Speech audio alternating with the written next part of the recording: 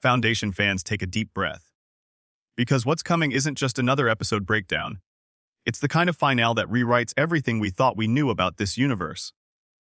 I mean, have you ever had a moment where you're watching a show and suddenly realize, wait, they've been hiding this twist in plain sight the whole time? Yeah, that's exactly what Season 3, Episode 10, The Darkness, is about to do. And trust me, if you think you're ready, you're not.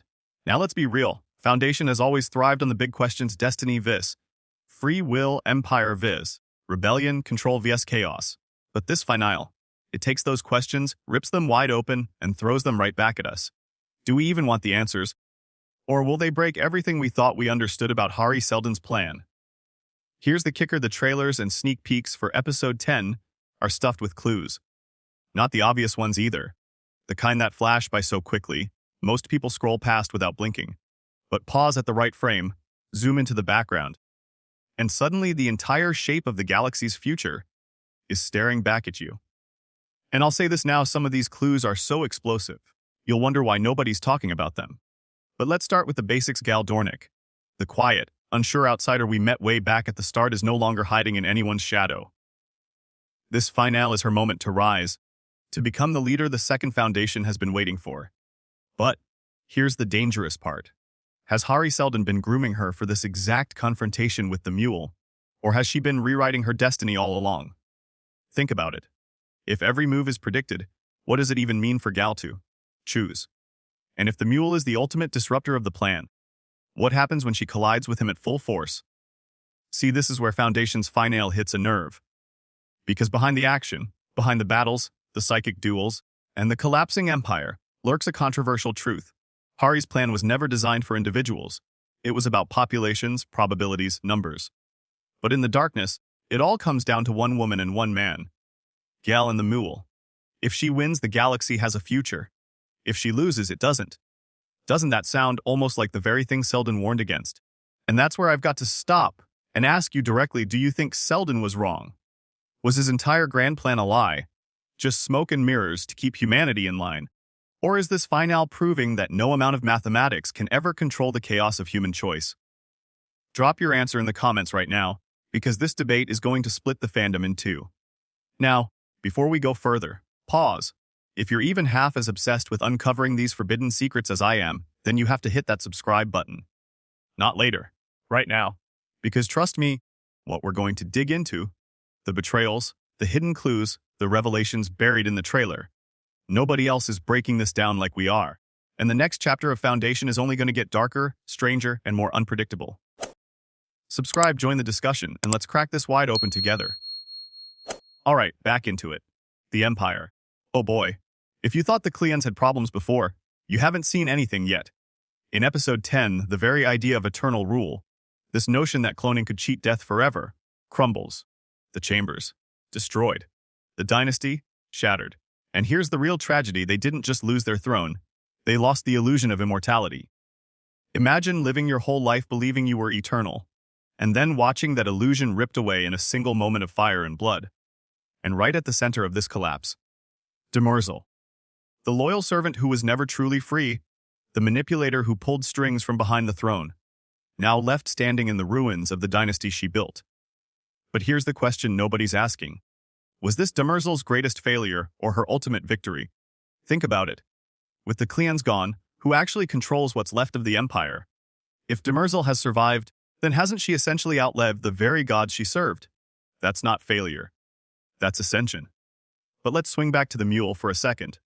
Because this guy, he's not playing games. His military power is terrifying, sure, but it's his psychic domination that makes him the true nightmare. He doesn't just conquer armies. He conquers minds. Entire populations bent to his will. And in the finale, Gaal and the Second Foundation are going to strike at the one thing he believes makes him untouchable: that psychic power. Now, here's where things get juicy. The Second Foundation, for centuries, was nothing but a whisper, a rumor, a safeguard hiding in the shadows. But under Gaal, they're no longer hidden. They're no longer just protecting the plan. They're fighting. And when that psychic clash with the Mule erupts, mind against mind, it isn't just about who wins. It's about whether the galaxy itself can survive the fallout of two titans tearing at the fabric of thought itself. And yet, Here's the forbidden knowledge buried in this finale. Victory will come at a cost. Sacrifices will be made. Blood will be spilled. And when the dust clears, the galaxy won't return to normal. It can't. Because the Empire will be broken, the Mule will be scarred, and the Second Foundation will no longer be a myth. They'll be out in the open, with power too dangerous for anyone to ignore. And let me throw this curveball at you. What if the Mule isn't the true villain here? What if his defeat, in fact, is the worst thing that could happen?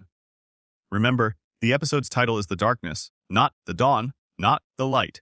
Darkness. Which means that even if Gaal wins, even if the Mule falls, the future might not be salvation.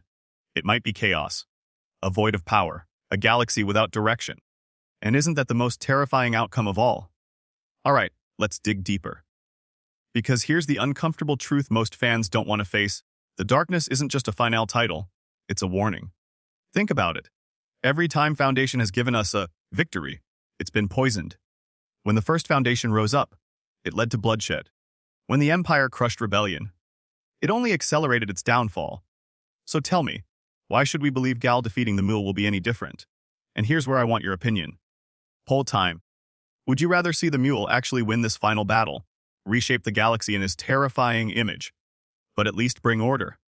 Or do you want Gaal to take him down, even if it leaves the galaxy spinning into chaos, leaderless and vulnerable?